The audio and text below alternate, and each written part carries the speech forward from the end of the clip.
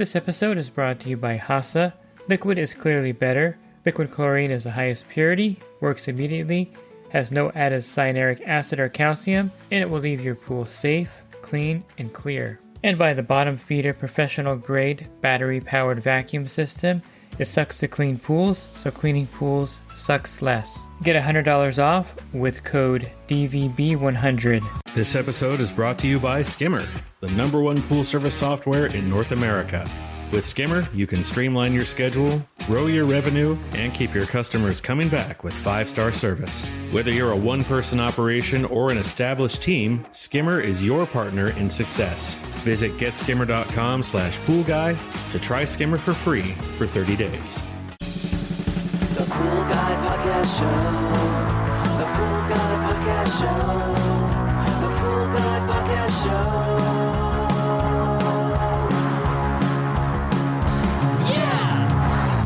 Hi, welcome to the Pool Guy Podcast Show. In this episode, I'll be joined by Terry Arko, and he's going to talk about chlorine-resistant algae. He's going to give you some tips on ways to identify it, and of course, ways to treat algae in the pool. He'll also touch on black algae in this episode, and this is part 1 of 2, and in part 2, we're going to touch on black algae some more, and we'll also talk about the use of phosphate removers in the pool industry. Are you a pool service pro looking to take your business to the next level? Join the Pool Guy Coaching Program. Get expert advice, business tips, exclusive content, and get direct support from me. I'm a 35-year veteran in the industry. Whether you're starting out or scaling up, I've got the tools to help you succeed. Learn more at swimmingpoollearning.com. How are you doing? Good. Busy time right now. Yeah. Are you heading to Las Vegas? Yeah. Okay. So getting ready for all that.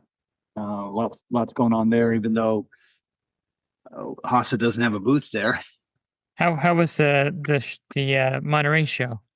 The Monterey show actually was surprisingly good. Okay. There was a little bit of it always happens, but everybody wonders how things are going to go, and there seemed to be a lot of naysayers about the success of that show before it started, that it wasn't going to be much. But it was pretty strong. We had very good attendance in all of the classes. They were full, which is always good. And we did between HASA and Orinda, we had four different classes that we did, and the show floor was busy most of the time.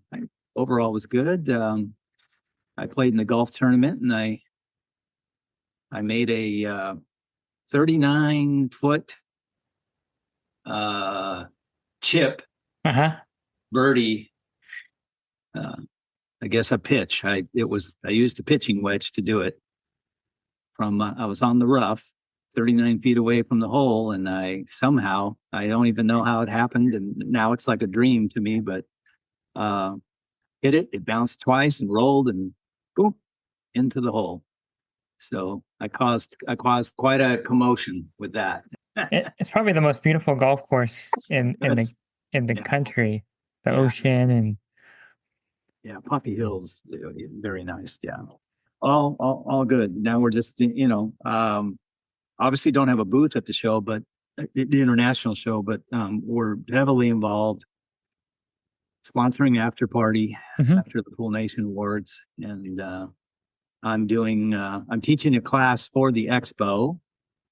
And then I'm also doing 3 classes for the Pool Nation Conference. Okay. Kind of during the show also.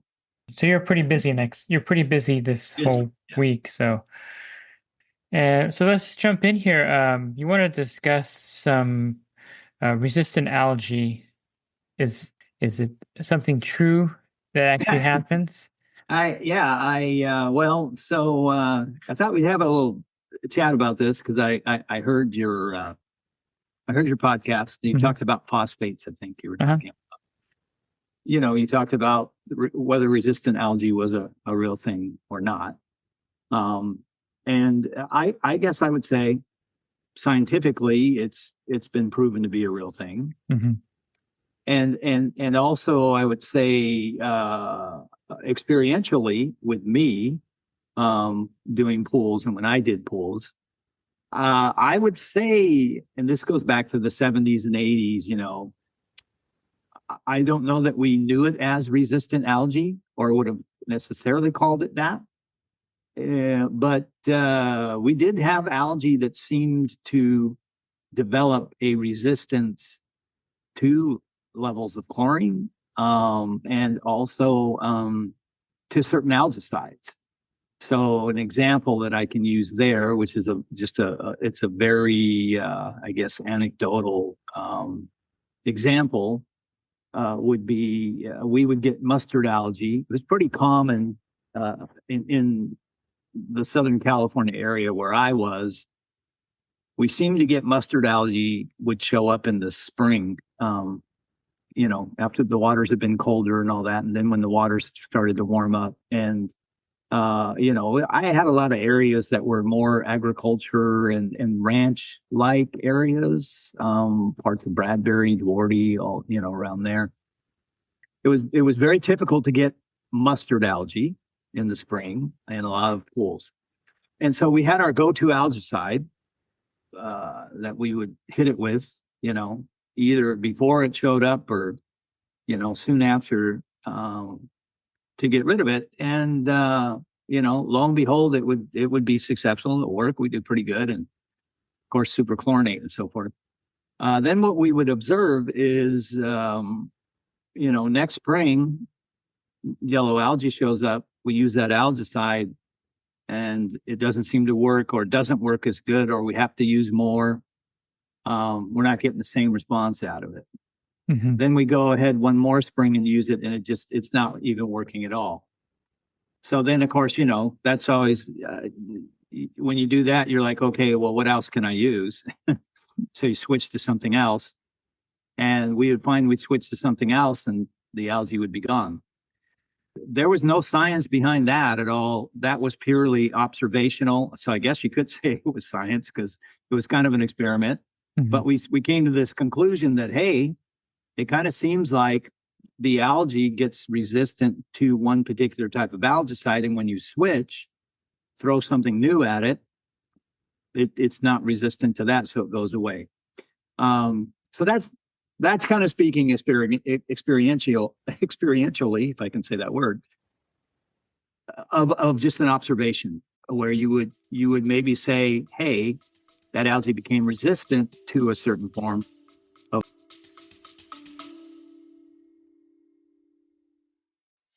And the Pool Guy Podcast Show has teamed up with UPA to bring you affordable, reliable liability insurance starting at just $64 a month. Get up to $2 million in coverage, and the members of my coaching group get an even lower rate. Protect your business and your peace of mind. Sign up with UPA today by clicking the link in the podcast description. Toxin. Right? So now we can go scientifically. The one thing about algae, and I actually, when I worked with Seaclear, I was on the team. Here I am, this pool guy, working in the industry now, but I'm working with scientists and microbiologists and phycologists, by the way. That a phycologist is somebody who specializes in algae. So we actually had a phycologist at Seaclear and a microbiologist. So I learned a lot from those guys. And I worked closely with those guys because we were developing the whole concept of a phosphate removal product. One of the things I learned in that process, number one, is that, there's more that we do not know about algae than we know about algae. I think just even with just green algae, you got like 6,000 different species of green algae that are known. And they surmise that there's probably thousands more just in the green algae species that aren't known. And one of the things that was explained to me as I was on this team working to develop the phosphate remover is that algae is very mutative. So it's like a mutant. Mm-hmm. it can sort of change forms and so forth as needed. It becomes very adaptable as well. And so that led to, there actually was a study, and it's a very old study. I think it goes back to the 40s and 50s, somewhere in there, where they found that algae could actually gain a resistance to chlorine, even. And you can see this in a pool, and what will happen. And I hear this all the time. You know, I get pool pros or pool techs will come to me and say, well, and it goes to Bob Lowry's teaching of, you know, when he taught in the Pool Chemistry Training Institute, where he would say 2 to 4 ppm of chlorine may not work. Mm-hmm. Right now, there's kind of a different, I think, scenario there with ensuring that you have enough hypochlorous acid or HOCl to kill and prevent algae. I think also that algae can adapt to levels of, you know, 1 to 3 or 2 to 4 when that's the constant. In other words, so if you have a, you know, say a pool tech, a pool guy, pool gal, whatever, and they're just maintaining that pool 1 to 3 or 2 to 4, but they never shock, or they don't shock very often. So that pool's just always, but they've always got that pool 1 to 3 or 2 to 4. The algae actually can become accustomed to that level of chlorine and resistant to that level of chlorine. And that's where, you know, as well as not being able to produce enough hypochlorous acid, you can get algae that adapts. And that's why if you throw a shock at it and you up that amount of toxin and it literally, it's a shock to the algae. So then the algae, you know, hasn't adapted to that higher level, and that's where you'll kill it off. So that's why regular shocking is a good practice, you know, so that you don't allow the algae to sort of adapt. That's the one thing. But in this study, that's what they found was that there were algae and there were species of algae that were able to adapt even up to 40 parts per million of chlorine in some cases. And I've experienced, and I've worked with pool techs, and in my time at Sea Clear, I've gone out to pools where these guys have shocked, and the algae doesn't go away. Kind of based on that study, we had one particular pool in the Seattle area. The guy was just struggling like crazy with it. And so we, you know, and he was probably shocking at 10, maybe 20 max.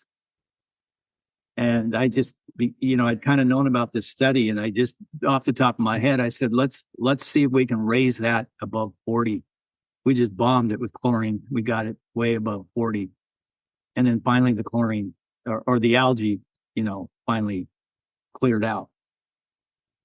So I don't know if that all fits together or not. It was maybe it was coincidental, but it was interesting.